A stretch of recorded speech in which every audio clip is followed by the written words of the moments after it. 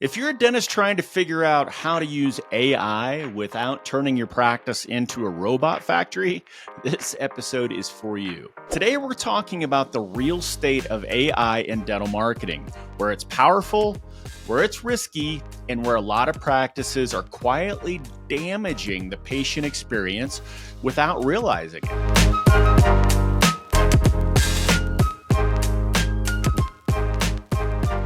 What's up, everyone? Welcome back to the No BS Dental Growth Podcast.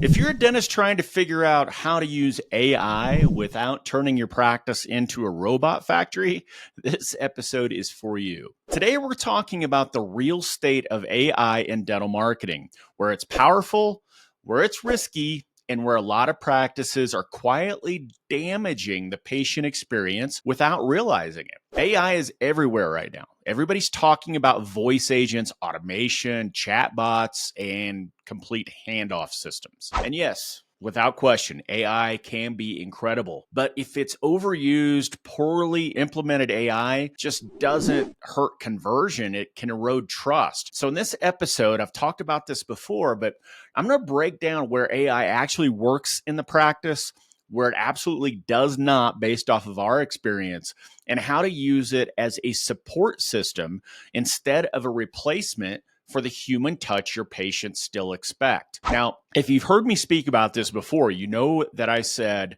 that AI has its place, like I'm saying today, but I think that in healthcare, using AI is going to be a little bit slower to adopt. And the reason for that is more of a, if you're ordering pizza, let's say, honestly, I don't care if it's an AI bot or if it's a human being, could care less. But if I am talking to somebody about my healthcare or my family's healthcare, or I'm trying to make a decision if, this practice is a right fit for me and my family, I'm going to be a little put off by AI if it's a voice agent or just interacting with it in general, because AI is getting better every day, but you can still tell.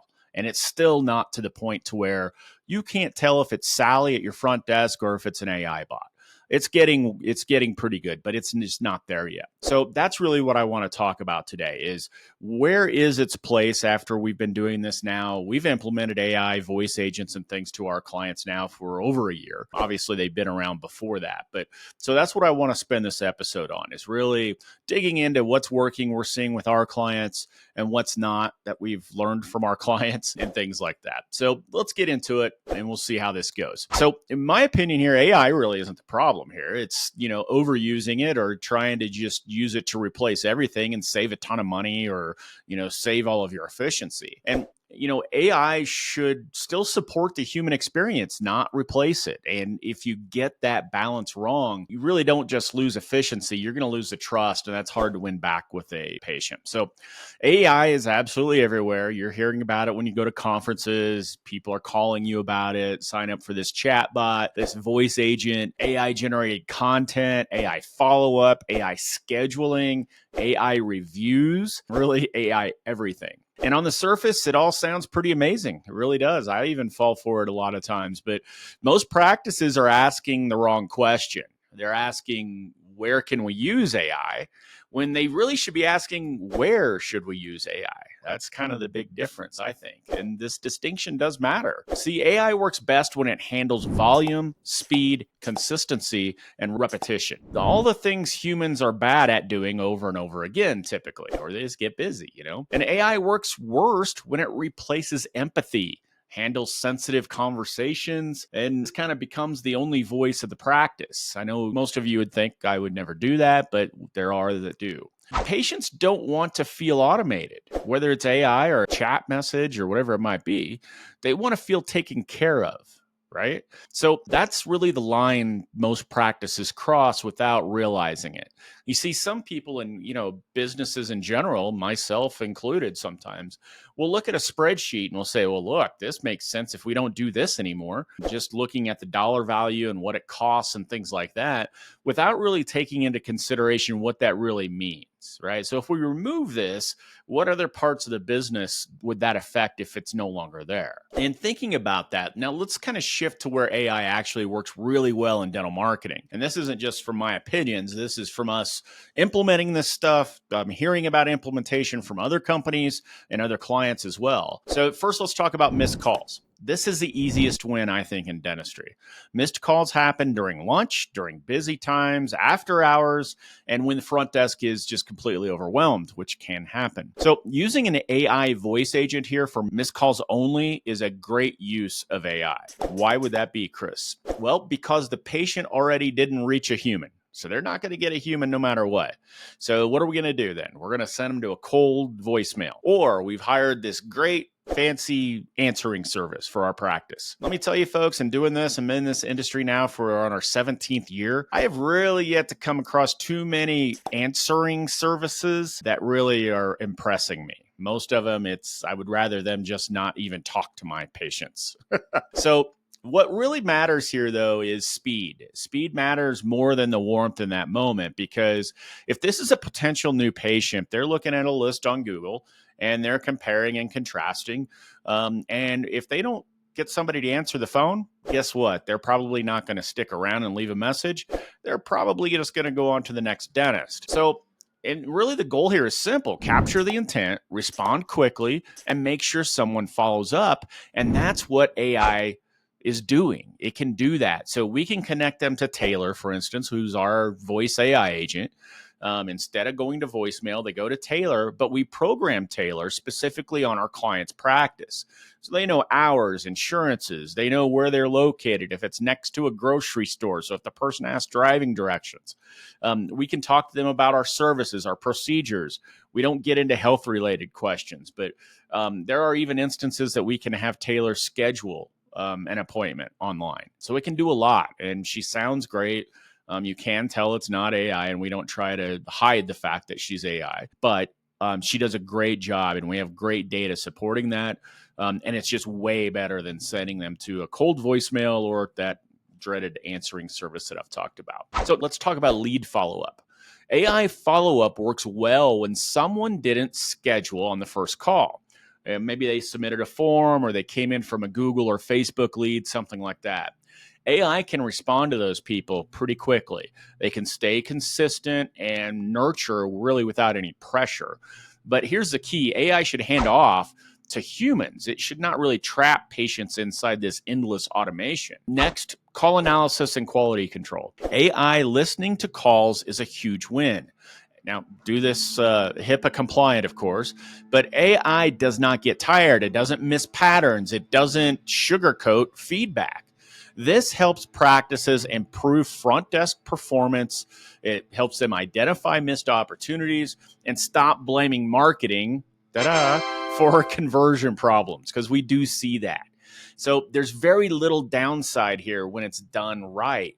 Like, for instance, our systems with AI for call analysis is we'll listen to every call. AI will. We'll identify who answers the call. So if you have more than one person answering front desk calls, and we'll tell on each call, we'll tell you what went well on the call and what didn't do so well on the call based on our training program. So you can see patterns if Randy keeps answering the phone and putting people on hold too long, or whatever it might be. If there's a consistency there, we need to sit down and have a training with Randy about that, right? And you as a business owner, this falls on your plate. Yeah, you can have a manager do it, or you can have them try to self-police themselves. But look, if we're going to spend all this money in marketing and we're going to get people to call you, we've got to make sure your front desk is absolutely as good as it can be. And that's where AI can really help out here. Now, what I do want to talk about also is where AI starts to break trust. First, replacing live calls entirely. Don't do this, please. Using AI to answer every inbound call all day long is not efficiency, it's avoidance, and it can be cheapness. Patients call dental offices because they're nervous, they're in pain, they're unsure, or they need reassurance. AI cannot read this hesitation. It can't hear fear the way a trained human can. AI should be a backup, not a barricade. Secondly here, over-automated messaging. Easy for me to say. If every text, email, and follow-up feels robotic, patients notice. And by the way, this is why I just can't stand these out-of-the-box solutions. So like if you're using Dentrix or Weave or whatever you're using to do follow-ups and appointment reminders, and you're using that out-of-the-box, it's already there, like they give you a recommended message, and all you're really doing is changing the name. Don't do that. Make it personable. Rewrite it. Have us write it, whatever it might be, but do something different. Break out of this mold. Be unique. I think is really the way I would go here. If every text, email, and follow-up feels robotic, patients do notice this. They may not say it, and rarely will they, but they do feel it, and they remember that. And when patients feel processed, if you will, I guess, instead of cared for, they're gonzo. So AI should really enhance personalization, not erase it. Now, third, AI content without human oversight. AI written blogs, emails, and ads are fine. They really are. But AI written everything with no human editing is how practices end up sounding generic and disconnected. And AI makes mistakes every day. We see it here at Kickstart Dental Marketing. So you've got to really stay on top of this. Your brand really still needs a human voice. That's not going to go away. And here's the philosophy I can recommend for this. AI should really catch what humans miss, cover gaps, handle overflow, and improve consistency. If you have a process that you have the process, but maybe somebody just doesn't have the time to do it consistently, this AI can be great for that. Humans should handle conversations, emotion, objections, and trust building. That's not going to go away for a very long time, if ever, in my opinion, in healthcare. Now, if AI touches every patient interaction, you've gone too far. If AI supports your team instead of replacing them, you're doing it right. Now, here's why this matters for marketing ROI. When AI is used the wrong way, conversion will drop, reviews will suffer, trust erodes, and marketing starts to look like it stopped working. But marketing didn't stop working. The experience has been broken. And marketing always gets blamed for experience problems. That's why AI strategy has to be intentional. So here's what I recommend dentists go do right now. Audit where AI is touching patients today. Identify where humans should stay involved. This is in your own practice. Use AI for missed calls, not all calls. Use AI for follow-up, not avoidance. And train your team alongside your technology. Keep them updated with what's going on and what the big picture is. AI should make your team better, not invisible. Now, here's my final thought. AI in dental marketing is powerful, but the goal isn't automation. The goal is better care delivered more consistently. The practices that win won't be the most automated. They'll be the most intentional. All right, that's it for today's episode of the No BS Dental Growth Podcast. If this episode made you rethink how you're using or planning to use AI in your practice, do me a favor and share it with another dentist who's probably heading down the automation rabbit hole, maybe a little too fast. And if you're getting value from this podcast, make sure you subscribe, leave a quick review, and download the episodes that you find helpful. That stuff actually helps more dentists find the show. And if you want help implementing AI the right way, where it supports your team, protects the patient experience, and actually improves ROI, that's exactly what we help practices do every single day. So until next time, keep growing smart, stay human, and I'll see you on the next episode. Thanks for joining us this week on the Dental Marketing Podcast. Make sure to visit our website, www.kickstartdental.com/podcast, where you can subscribe to the show in iTunes, Spotify, or via RSS, so you'll never miss a show.